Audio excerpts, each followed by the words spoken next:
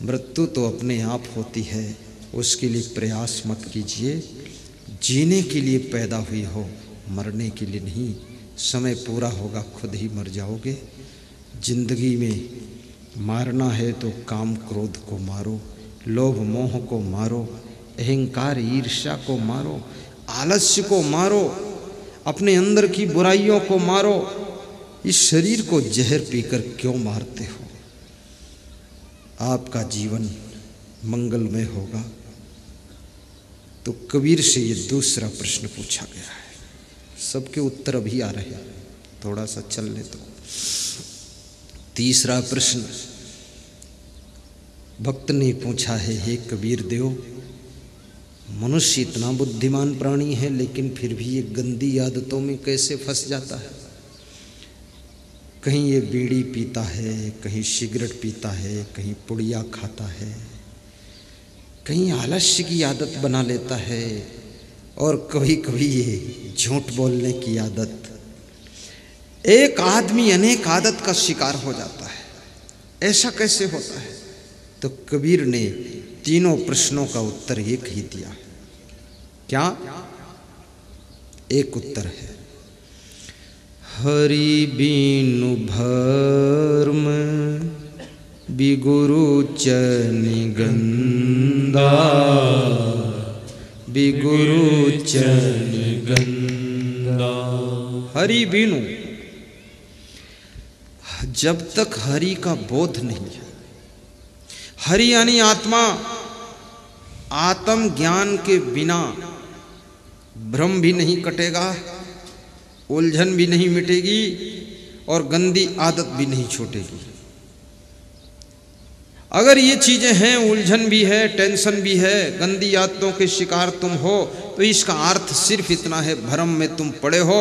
तो व्याख्या इतनी ही है कि आपको आत्मज्ञान नहीं है। यदि आत्मज्ञान हो जाए कि मैं कौन हूं, हु एम आई, तो आपका सब भ्रम कट जाएगा। अभी मैं संतों को सुबह सुबह जड़ चेतन निर्णय पढ़ा रहा हूं, आत्मज्ञान ही पढ़ा रहा हूं। 10 दिन हो गए, अभी और 25-30 दिन पढ़ाऊंगा, लंबा कोर्स है। उसको बारीकी से काट कर छांट कर बता रहा हूं, आत्मज्ञान क्या चीज है। आत्मा वह तत्व है जिसका ना तो कभी जन्म होता है, ना तो कभी मरण होता है, ना तो जिसमें कोई रोग होता है, और ना तो उसमें भोग होता है। और आत्मा ना तो किसी का रिश्तेदार बनता है, और आत्मा ना तो किसी का दोस्त होता है, ना दुश्मन होता है। और आत्मा को मारा नहीं जा सकता है, काटा नहीं जा सकता है। आत्मा शरीर को बदलता है, आत्मा वही रहता है। और शरीर को ऐसे चेंज करता है जैसे वाशांसि जीर्णानि यथा विहाय नवानि गृह्णाति नरोपराणि, तथा शरीराणि विहाय जीर्णानि अन्यानि संयाति नवानि देहि। जैसे मनुष्य पुराने वस्त्रों को बदलकर नए वस्त्र धारण करता है, ऐसे आत्मा एक शरीर को त्याग करके दूसरा नया शरीर धारण करता है। आत्मा वही रहता है। जब तुम कपड़ा बदलते हो तुम तो वही रहते हो, तुम स्वयं नहीं बदल जाते हो, केवल कपड़ा बदलते। अभी कुर्ता धोती पहने हो, फिर पैंट शर्ट पहन लेते हो, लेकिन पहनने वाला वही है। इसी तरह आत्मा ये ऐसा है, स्त्री का शरीर लेकर बैठा है, कल इसको छोड़ देता है और पुरुष का शरीर लेकर धारण कर लेता है, लेकिन आत्मा वही है। कपड़ा बदल गया, शरीर बदल गया, ऊपर का लिबास बदल गया, लेकिन आत्मा वही है, तुम वही हो। तो ये आत्मा कौन है? आत्मा अमर है, ज्ञान स्वरूप है। जैसे आपके शरीर में आंख रहती है लेकिन आत्मा नहीं है, तो आंख देखकर कुछ नहीं बता सकती ये क्या है। आंख खुला है, खोपड़ी है पर वो सोच नहीं सकती। आत्मा पंछी के उड़ जाने के बाद, चले जाने के बाद, हाथ है पर वो काम नहीं कर सकते, पैर है वो काम नहीं कर सकता। इस पूरे शरीर का ड्राइवर, संचालक, इसका मालिक ये आत्मा है। मन का भी मालिक आत्मा है। ये आत्मा जब तुमको ज्ञान हो जाता मैं आत्मा हूँ, मैं चेतन हूँ, मैं जीव हूँ, मैं दृष्टा हूँ, मैं साक्षी हूँ, तब तुम मन को बस में करना सीखते हो। तुम मन के मालिक हो। मन से जो सोचना चाहो वो मन सोचेगा। मन तुम्हारा मालिक नहीं है, तुम मन के मालिक हो। लेकिन जब तुम्हारा मन तुम्हारे ही बस में नहीं रह जाता है, तब तुम कीड़े मकोड़े की जैसी जिंदगी जीते हो। जब मन तुम्हारे बस में रहता है, तब तुम महान पुरुषों की जिंदगी जीते हो। जब इंद्रियां भी बस में हो जाती हैं, तब तुम ऐसे पवित्र आत्मा जैसी जिंदगी जीते हो। और जब तुम्हारी वासना भी निर्मूल हो जाती है, तो तुम पुनः जन्म भी नहीं लेते हो, संसार में मुक्त हो जाते हो और जन्म मरण से तुम्हारा छुटकारा हो जाता है, मोक्ष की प्राप्ति होती है। जियत न तरे मुए का तरी हो, जियत ही जो न तरे। कबीर साहब कहते हैं, जीते जी नहीं तर सके तो मरने के बाद क्या तरोगे। जीवन में ही आपको पार होना है। किससे पार होना है, किससे तरना है। ये छोटी छोटी आदतों से भी तर जाना है, पार हो जाना है। अपने गलत स्वभाव से पार होना है। और काम, क्रोध, लोभ, मोह, अहंकार से पार होना है। यही चीजें तो बंधन है, यही तो डुबाती हैं, यही तो भवसागर है। और कौन भवसागर है। अभी मैं देखता हूँ किसी के यहाँ कोई की मृत्यु होती है, वो 10वां होता है, 13ही होता है, सब होता है। कोई पंडित जी आते हैं तो उनको बछिया पुजाई जाती है। तो बछिया जो देते हैं ना, गाय की बछिया, तो कहते हैं कि ये बछिया जो है बैतरणी नदी पार करने में पिताजी की आत्मा को मदद करेगी। इसकी पूंछ पकड़ करके जो आदमी मर गया है ना, वो बैतरणी नदी पार कर जाएगा। और बछिया भी इतनी चालाकी से दान दी गई है कि सबसे कमज़ोर बछिया है। वो बछिया खुद ही नहीं चल पाती है, जब चलती है तो उसकी टांग में टांग लड़ती है। 200-250 रुपये की बछिया है। अब पंडित जी भी ले लेते हैं, क्या करें। पंडित जी भी सोचते हैं भागे भूत की लंगोटी भली, जो मिल गया वही सही। ये भी तो मिलने वाली नहीं है। जजमान कंजूस जजमान। बछिया लेकर पंडित जी जाते हैं और उस बछिया की पूंछ पकड़कर आपके पिताजी बैतरणी पार करेंगे। अब सोचो आप, बछिया खुद ही इतनी कमज़ोर है। बछिया का वजन 30 किलो, तुम्हारे बाप का वजन 90 किलो। जब तुम्हारा बाप उस बछिया की पूंछ को पकड़ेगा और बछिया पार होने लगेगी, तो बाप इतना वजन है, बछिया की पूंछ इतनी कमज़ोर है, पूंछ टूट कर तुम्हारे बाप के हाथ में आ जाएगी, बछिया तो पार हो जाएगी, पूंछ पकड़ के तुम्हारा बाप डूबेगा। तो अपने बाप को भी लोग डुबाने में खुश है। अरे पार ही करना है। तो ये बछिया क्यों दे रही हो। मजबूत गाय दे दो, 5 लीटर दूध दे रही हो, जो कि तुम्हारे बाप को खींच कर ले जाए। अब ये कौन सी बैतरणी नदी है, किससे पार होना है। इसके लिए चाणक्य ने बहुत अच्छा परिभाषा किया है कि क्रोधो वैवस्तो राजा, तृष्णा बैतरणी नदी। क्रोध जो है यमराज का रूप है। वैवस्तो माने यमराज। यमराज के रूप को देखना है तो क्रोध को देखो। जिस समय क्रोध आ रहा हो तो समझो यमराज आ गया है। और तृष्णा बैतरणी नदी यानी लोभ, ये बैतरणी नदी है। और लोभ को मारने वाला कोई नहीं है। कौन मार सकता है लोभ को? दान मार सकता है। दान के अलावा लोभ मरता नहीं है। इसलिए आप मंदिर में जाओ तो दान सिखाया जाता है, तीर्थ में जाओ तो दान सिखाया जाता है, सत्संग में जाओ तो दान सिखाया जाता है। और दान तब तक नहीं तुम कर सकते हो जब तक लोभ नहीं मर सकता है। और लोभ जब मरेगा तब दान के लिए पैसा निकलेगा जेब से। ऐसे पैसा नहीं निकल सकता दान के लिए। तुम लोभ को जीवित रखने के लिए लाखों तर्क दोगे कि क्यों दें दान, हम क्या जरूरत दान देने की, ऐसे तर्क करोगे। और तुम कहोगे इतना दान देते पैसा क्या करते होंगे पता नहीं। तुम बड़ा हिसाब किताब मांगोगे। लेकिन तुम खुद तुम 10 रुपया देना नहीं चाहते हो, 10,000 बातें करोगे। तुम बातें नहीं कर रहे हो, ये तुम्हारे भीतर बैठा हुआ लोभ हो बातें करवा रहा है। वो बड़े तर्क वितर्क करेगा और ऐसी बातें कर करके तुम दान से बच जाओगे। और दान एक ऐसा अस्त्र है जो लोभ को मार देता है। और दान करने से लोभ तो मरता ही है, आपके घर का दरिद्र भी मर जाता है। जिसके घर में दरिद्र है, दरिद्र को भगाने का अस्त्र केवल दान है। दारिद्र्य नाशनम दानम, शास्त्रोक्त वचन है। दरिद्र को दान नाश कर देता है। वहां दरिद्र रह नहीं सकता जहां पर दान होता है। दान करने वाले दरिद्री कभी नहीं होते हैं, और लोभी और कंजूस कभी करोड़पति अरबपति नहीं होते हैं। याद रखना भाइयों बहनों, दान करने का सुख एक अलग ही सुख होता है।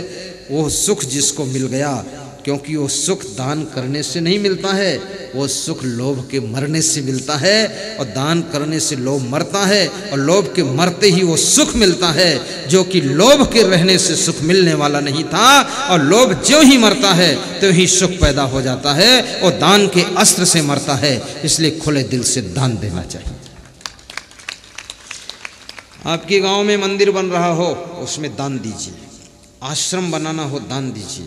सत्संग कराना हो, दान दीजिए। दान बहुत आवश्यक है। मैं सच बताता हूं आपको, घनश्याम बिड़ला के पास में 6 संत गए दान लेने, मंदिर बना रहे थे। तो घनश्याम बिड़ला उस समय अपने बेटे को डांट रहे थे, और इसलिए डांट रहे थे कि दीपक जलाने के लिए बेटे ने 2 माचिस की तीली एक साथ जला दिया था। तो समझा रहे थे कि 2 क्यों जलाया, फिजूल खर्ची क्यों किया, एक फालतू जली है, ये सुधार करो। तो संतों ने जब सुना तो संतों को ऐसा लगा कि बड़ा मक्खी चूस आदमी है, एक माचिस की तीली अधिक जल गई तो बेटे को तो डांट रहा है, ये दान वान क्या देगा। तो संत वापस लौटने लगे, बोले राम राम, फिर आएंगे बाद को। संतों ने सोचा यहाँ टाइम पास करना, फालतू बैठेंगे, जो एक माचिस की तीली के लिए इतना बड़ा भाषण सुना रहा। लेकिन एक माचिस की तीली की बात नहीं है, फिजूल खर्ची की आदत अगर पड़ गई तो आज एक माचिस की तीली को फालतू जलाया है, कल एक फैक्ट्री को फालतू बर्बाद कर सकता है आदमी, आदत बिगड़ जाएगी। इसलिए बिड़ला जी डांट रहे थे। संत जब जाने लगे, बिड़ला जी ने रोका, रुको रुको रुको, बैठो, कैसे आना हुआ। तो संतों ने कहा आए तो थे बहुत बड़ा उद्देश्य लेकर, लेकिन कोई बात नहीं, ठीक है। बोले कारण बताओ ना। बोले मंदिर बन रहा था, मंदिर के लिए कुछ दान वान लेने आए थे, पर उम्मीद नहीं दिख रही यहाँ कुछ, इसलिए कुछ कहेंगे नहीं। बिड़ला जी बोले दूध तो पी लो। 6 गिलास दूध मंगाया और दिया, संतों ने पिया। मन में सलाह किया कि दूध ही दूध मिलेगा, बाकी कुछ नहीं मिलेगा। बिड़ला जी अंदर गए और एक कागज़ इतना लंबा लेकर आए, संतों के हाथ पर थमाया और कहा ये छोटा सा दान स्वीकार करो, मंदिर बनाओ। वो कागज़ केवल कागज़ नहीं था, रुपया भी नहीं था, वो 2 लाख रुपए की चेक थी। और आज के 100 साल पहले 2 लाख रुपए बहुत होते थे। बोले ये 2 लाख रुपए की चेक है, भुना लेना, मंदिर बना देना, और कम पड़े तो मेरे पास ही आ जाना, अब दूसरे के पास मांगने मत जाना। मैं दान के नाम पर 2 करोड़ दे दूंगा, लेकिन फिजूल खर्ची के नाम पर एक माचिस की तीली भी जलाने नहीं दूंगा।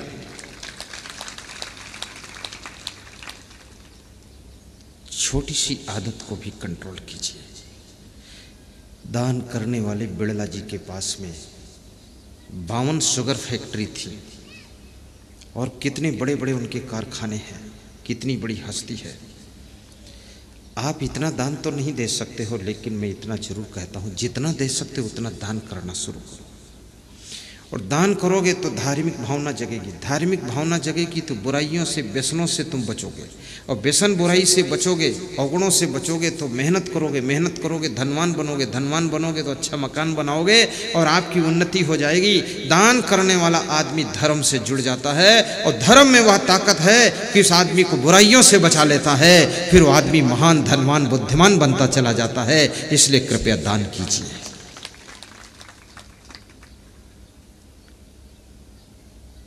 और दान क्या क्या करना चाहिए? समय दान भी करो, रक्त दान करो, श्रम दान करो, और वस्त्र दान करो, अन्न दान करो, धन दान करो, वस्तुएं दान करो, और यदि हो सके तो बुद्धि दान भी करो, सलाह दान भी करो, और ज्ञान दान भी करो। जैसे आज फागुंदा गांव में सत्संग हो रहा है, तो मुझे बुला करके स्वर्गीय श्री शिवानंद साहू के स्मृति के उपलक्ष्य में उनके पुत्र अजय कुमार भैया अजय कुमार की माँ उषा देवी ये जो है ज्ञान दान का कार्यक्रम कर रहे हैं। ज्ञान दान, यहाँ ज्ञान दान हो रहा है, तो ज्ञान दान भी कराइए, उसके लिए पैसे खर्च कीजिए। हरि बीनु भर में बिगुरु चरण गंदा, बिगुरु चरण गंदा। हरि बीनु भर में बिगुरु चरण गंदा, बिगुरु चरण गंदा। जहाँ जहाँ गए वो अपन पाँव खोए वो, जहाँ जहाँ गए वो अपन पाँव खोए वो, तेहि फंदे बहु फंदा। हरि बीनु भर में बिगुरु चरण गंदा, बिगुरु चरण गंदा। संत कबीर कहते हैं, हरि का बोध हुए बिना, आत्मज्ञान के बिना मनुष्य उलझन और टेंशन में रहता है। आत्मज्ञान के अभाव में मनुष्य गंदी आदतों का शिकार बनता है। आत्मज्ञान के अभाव में मनुष्य भ्रम में पड़ा रहता है। इसलिए आत्मज्ञान प्राप्त करो, हरि रूप आत्मा को पहचानो। तुम्हारे भीतर वो परम तत्व बैठा हुआ है। आपका कल्याण होगा जब आत्मज्ञान आपको होगा। परस्पर प्रेम की गंगा बहाओ, आपका जीवन मंगलमय हो, आपके घर में सुख शांति आए। संत कबीर से किसी भक्त ने पूछा है कि संसार में कैसे जीना चाहिए। बड़ा मार्मिक प्रश्न है। और मनुष्य जन्म और मरण के बीच में परेशान क्यों रहता है? तो कबीर साहब कहते हैं, कबीर जब हम पैदा हुए जग हंसे हम रोए। कबीर जब हम पैदा हुए जग हंसे हम रोए। ऐसी करनी कर चलो हम हंसे जग रोए, हम हंसे जग रोए।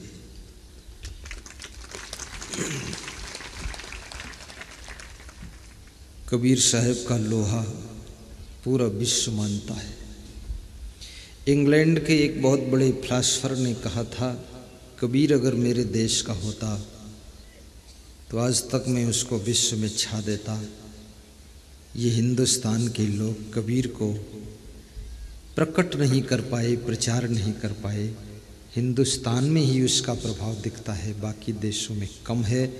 लेकिन कबीर को पढ़कर, कबीर को सुनकर इंग्लैंड, लंदन का फिलासफर बहुत प्रभावित हुआ। उसने कहा, कबीर की बात में कितना वजन है। आप देखो, ये बात सिंपल सी है, बात सबको पता भी है, लेकिन याद नहीं है, भूल गई है। क्या? छोटी सी बात में कबीर साहब दिल को छू लेते हैं। कबीर जब हम पैदा हुए जग हंसे हम रोए। ऐसी करनी कर चलो हम हंसे जग रोए। कितना दिल को छू जाने वाली बात है कि जब तुम्हारा जन्म होता है तो तुम रोते हो, लेकिन जिसके घर में तुम्हारा जन्म होता है वो घर के लोग खुशियां मनाते हैं। बड़ी मजे की बात है। जिसने जन्म लिया है उसको कोई खुशी नहीं, वो रो रहा है। और जिसके घर में जन्म लिया है वह सब खुशियां मना रहे हैं। ढोल बज रही है, पटाखे फोड़े गए हैं, छठी मनाई जा रही है, और जिसने जन्म लिया वो रो रहा है। तो कबीर कहते हैं, कोई बात नहीं, जन्म के समय तुम रोते हो, कोई बात नहीं, पर बचपन ऐसे बिताना, जवानी ऐसे बिताना, बुढ़ापा ऐसे बिताना। बचपन हंसते हंसते बिताना, जवानी को मुस्करा कर बिताना, बुढ़ापा को ठहाका मार कर बिताना, और जब मरना तो इस दुनिया में हंसते हंसते मर कर चले जाना। तब तुम्हारा जीना सार्थक होगा। मनुष्य जन्म लेता है रोते रोते और बचपन बिताता है जिद करते करते। बहुत सी महिलाएं हमारे पास बच्चों को लाती हैं और कहती है बहुत जिद्दी है। जो जिद्दी है वो रद्दी है। जिद करते करते बचपन बीतता है, गुस्सा करते करते बचपन निकल जाता है और जवानी वासना में जलते जलते जवानी बीत जाती है। बुढ़ापा पश्चाताप करते करते निकल जाता है और मृत्यु फिर रोते रोते होती है। जन्म में रोए, मरते समय भी रोए। बचपन में जिद किया, गुस्सा किया, समय बर्बाद किया। जवानी में खूब क्रोध किया, खूब वासना में जलते रहे और बुढ़ापे में पश्चाताप करते रहे, चिंता करते रहे, टेंशन करते रहे। जिंदगी में सुख का दर्शन नहीं हुआ, शांति का दर्शन नहीं हुआ। इतनी अनमोल जिंदगी मिली थी, वो अनमोल जिंदगी मूल्यवान चीज़ों के लिए खो दिया। जिस जिंदगी का कोई मूल्य नहीं था, अमूल्य थी, कोई कीमत देकर जो जिंदगी मिल नहीं सकती थी, वो जिंदगी छोटी छोटी चीज़ों के लिए हम खो देते हैं। कहीं खिलौनों के लिए बचपन में रोते हैं, कहीं सामान के लिए रोते हैं, कहीं साड़ी के लिए दुखी होते हैं, कहीं चूड़ी के लिए दुखी होते हैं, कहीं गले के हार के लिए रोते हैं, कहीं अंगूठी के लिए चिल्लाते हैं और कहीं पिताजी से पैसा मांगते हैं कि 20,000 का मोबाइल लेंगे, पिताजी नहीं देते तो रोते हैं। कितना जिंदगी में झंझट है। कबीर कहते हैं अगर संतोष कर लो, विवेक कर लो तो सारा दुख मिट सकता है। बचपन ऊर्जावान अवस्था है, बचपन कोरा कागज है, बचपन प्लेन पेपर है, बचपन ऐसे है मानकर चलो तुम जैसे कोई खाली खेत पड़ा है, कोई भी बीज डाल दो उसमें उगेगा। बचपन कुंवारा खेत है, उसमें कुछ बो सकते हो। और जिसने बचपन को संभाल लिया तो जवानी उसकी संभल जाती है, और जिसने जवानी में कमांड कर लिया उसका बुढ़ापा मधुर बीतता है, और जिसने बुढ़ापे में सत्संग में डुबकी लगा ली उसकी मृत्यु भी हंसते हंसते होती है। उसको दुखी नहीं होना पड़ता है। इस दुनिया में हंसना है, मुस्कराना है, सुख से जीना है तो केवल एक ही रास्ता है, वन वे है। वो क्या है? वो है सत्संग में डूब जाओ, आत्मज्ञान को प्राप्त कर लो और भक्ति में स्नान कर लो। आपकी हंसी खुशी सदैव बनी रहेगी, कभी भी गायब नहीं होगी। 30 वर्ष पहले जो लोग मुझको मिले थे तो इस वर्ष मिले तो कहने लगे आपको जैसा पहले देखा था वैसा अब भी हंसते हो, मुस्कुराते हो, कोई दुख आया नहीं अभी तक क्या? मैंने कहा दुख को दूर करने की हमारे पास में केमिस्ट्री है, मेडिकल स्टोर है, ऐसे ऐसे इंजेक्शन है कि दुख लाख कोस दूर भागता है। दुख कैसे आएगा? आना तो चाहता है पर जंत्र मंत्र कर देता हूँ, दुख दूर हो जाता है। बोले मुझे भी सिखा दो। हमने कहा तुम कभी नहीं सीख पाओगे। बोले अभी भी वैसे ही आप दौड़ कर चल देते हैं, बैठ लेते हैं गाड़ी में कूद करके। मैंने कहा जो आदमी अपने शरीर को केयर नहीं कर सकता है, जो मन को संभाल नहीं सकता है, इंद्रियों को जो कंट्रोल नहीं कर सकता है, जो आदमी आत्मा के ज्ञान को प्राप्त नहीं कर सकता है, वो जिंदगी में कभी सुखी नहीं हो सकता है। भाइयों बहनों, जिंदगी की पहली चुनौती है अपने शरीर को ठीक से संभालो, शरीर के स्वास्थ्य को संभालो, और शरीर को क्या खिलाना है, क्या पिलाना है, कब सुलाना है, कितना सुलाना है, कब जगाना है, और इससे क्या क्या काम लेना है। आज मैं छत के ऊपर दौड़ रहा था तो बहुत से लोग यहाँ फील्ड से देख रहे थे, गुरुजी दौड़ रहे हैं। तो मैं दौड़ता था और तेज चलता था। देर हो रही थी मुझको, लेकिन उतने राउंड करने थे। क्यों दौड़ता हूँ? मैं तो आपसे भी कहूँगा दौड़ दौड़ कर काम करो, कभी बूढ़े नहीं होगे जल्दी। महिलाओं से कहूँगा दौड़कर सीढ़ियों पर चढ़ जाओ, कभी बुढ़ापा नहीं आएगा। दौड़कर बर्तन मांजो, दौड़कर झाड़ू लगाओ, दौड़कर कपड़े धो, फटाफट काम करो, झटाझट स्नान करो और सब काम रेडी करो और आलस्य कभी मत करो। हमेशा जवान बने रहोगे, कभी बुढ़ापा निकट आने वाला नहीं। कितने लोगों को मैं जवानी में देखता हूँ ऐसा झुके झुके चलते हैं, लगता है बभी बूढ़े हो गए। टेढ़े टेढ़े चलते, सीधे भी चलो, थोड़ा मस्त मौला भी रहो।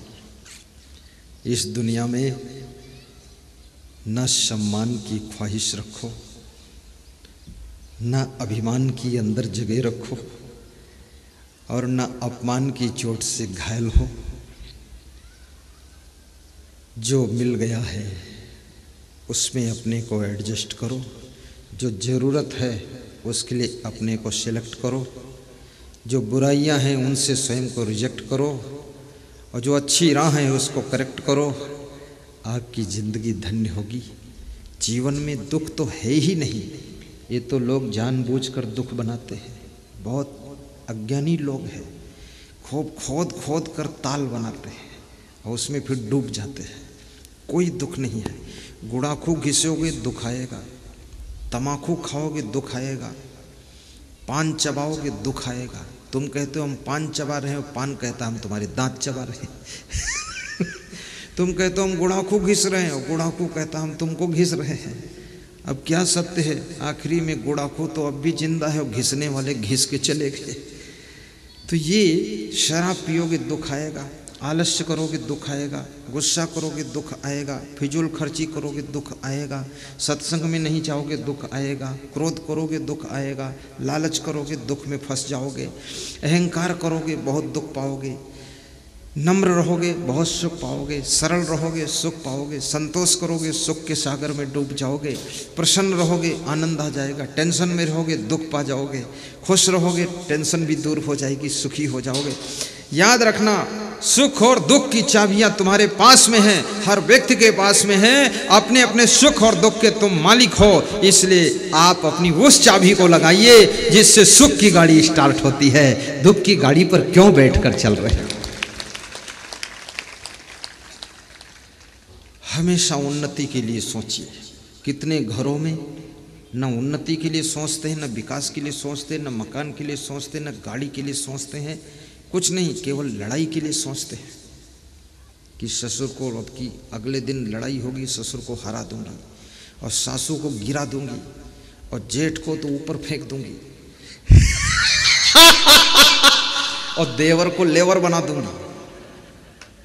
अब ये प्लानिंग ही गलत तुम्हारी है। इस प्लानिंग में क्यों फंसी हो? बहुत अच्छी सोच रखो।